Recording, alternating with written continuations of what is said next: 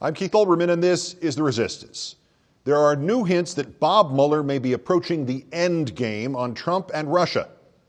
As Charlottesville and Trump's suicidal news conference and the whitewashing of the Nazis and racists and the North Korea bluff and the Bannon ouster and Afghanistan and all of it swirled in the kaleidoscope of this increasingly unbelievable Trump, quote, presidency, unquote, this came out of nowhere.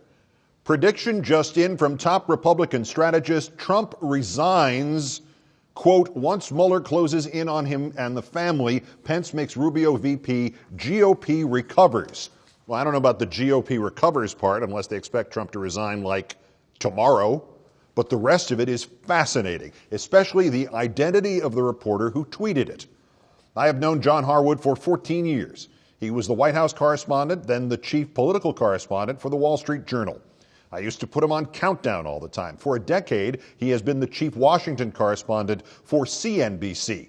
He moderated a GOP debate in 2015. They whined about him, of course. Harwood plays stuff very close to the vest. Even though he was in a Bobby Kennedy ad as a kid, we used to consider him a small C conservative kind of reporter. Trump resigns once Mueller closes in on him and the family. That tweet is very unlike John Harwood. Now, Harwood's source could be very wrong, but he is not a lone voice in this wilderness. No less a figure than Carl Bernstein dropped these. Important Republicans, conservatives, intel, military high-ups increasingly saying in private that Trump is unfit to be president because of lack of ethics, competence, temperament, stability. Reporters should find out how pervasive such talk may be. So, what does any of this have to do with the special counsel Robert Mueller and his investigation of Trump and Russia? Well, this. The National Enquirer, so pro-Trump that Trump himself claimed that Joe Scarborough called him to stop a story in it, oversold some gossip about the former Trump campaign chairman Paul Manafort. One of Trump's trusted advisors was bedding another woman behind his wife's back, betraying her and his country. Well, how did we go from Trump resigns once Mueller closes in on him and the family to the National Enquirer? Again, we turn to a small C conservative reporter, Paul Wood, world affairs correspondent for the BBC, writing in the British magazine The Spectator. Why now a hit piece on the one man Trump surely must need to keep on side in the Russia investigation? One answer: Manafort has been flipped. Reports in U.S. publications say it was Manafort who told the FBI about a meeting between Trump's eldest son, Donald Jr., and a Russian lawyer linked to the Kremlin. That would be terrible news for the president if true. The FBI's investigation into alleged collusion between the Trump campaign and Russia now being assisted by the manager of that campaign. Yeah, it would. The BBC's man also quotes an intelligence community source who says the amount of overheard Kremlin conversations, quote, about the relationship between Team Trump and Moscow, plus the number of, quote, direct contacts between Trump's people and various Russians, have been underestimated. There are, quote, dozens. And reporter Wood also notes that it may not just be Manafort helping Mueller to build the case against Trump and Russia. There's also one-time FBI informant and one-time Trump business associate, the Russian-born Felix Sater. For several weeks, there have been rumors that Sater is ready to rat again, agreeing to help Mueller, Wood writes in The Spectator. Quote, he has told family and friends he knows he and POTUS are going to prison. Someone talking to Mueller's investigators informed me. Sater and Manafort together would pose a deadly threat to Trump's presidency if they testify that Russian money in his businesses led to information being exchanged with Russian intelligence. Yeah, they would. Not just a conspiracy with the Russians to swing our election, but money changing hands as well.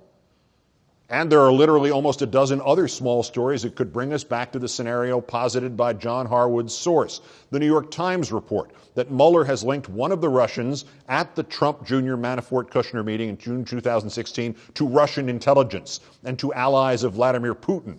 That low-level Trump campaign staffer who left an email trail a mile wide suggesting and offering face-to-face meetings with Putin.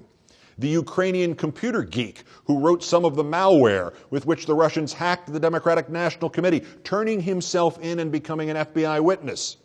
The FBI raiding Manafort's home at the crack of dawn and then slamming him with subpoenas about his banking records and those of his companies. Trump's crazy, self-contradictory statement about the Steele dossier, quote, Russia spent a lot of money on that false report, and that was Russian money, and I think it was Democrat money, too.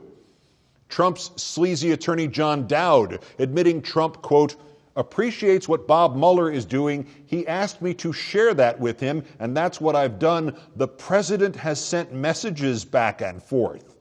And another New York Times report that, quote, Mueller is in talks with the West Wing about interviewing current and former senior administration officials, including the recently ousted White House Chief of Staff Reince Priebus, interviewing them about the firing of James Comey, an investigation which alone could produce a stack of counts of obstruction of justice that could be fatal to the Trump presidency, even if nothing concrete is ever proven about Russia itself.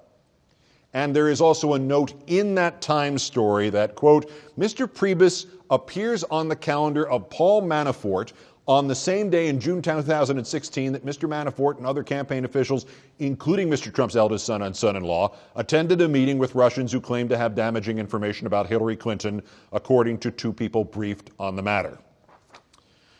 For a while now, I have thought the Trump presidency will end suddenly.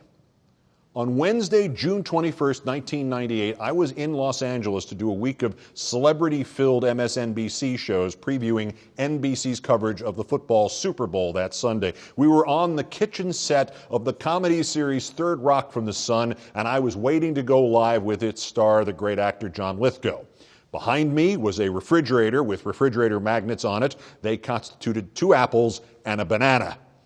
The producer, who is now the president of MSNBC, suddenly walks up to me right before airtime and says, slight change of plans, buddy. New lead story. You'll be doing a talkback from Washington with Tim Russert because the president may have to resign tonight. Then we'll do Lithgow on tape in the C and D blocks. Out of habit, I nodded. And then I realized what he had actually just said, and I responded, wait a minute. Would you repeat that? And he said, we'll do Lithgow on tape in the C and D blocks. And I said, no. The part before that. This was, of course, the Clinton-Lewinsky story, and it was breaking that suddenly and unexpectedly, and for weeks now I have been anticipating that Trump's last day in office will dawn like all the others, and then around dinner time it'll suddenly break that he is about to resign. I don't know if that's next Tuesday or next year, but I think whenever it is, that is what it will feel like. Prediction just in from top Republican strategist, Trump resigns, quote, once Mueller closes in on him and the family. Would that work for you? Yeah, it would. Resist. Remove. Peace.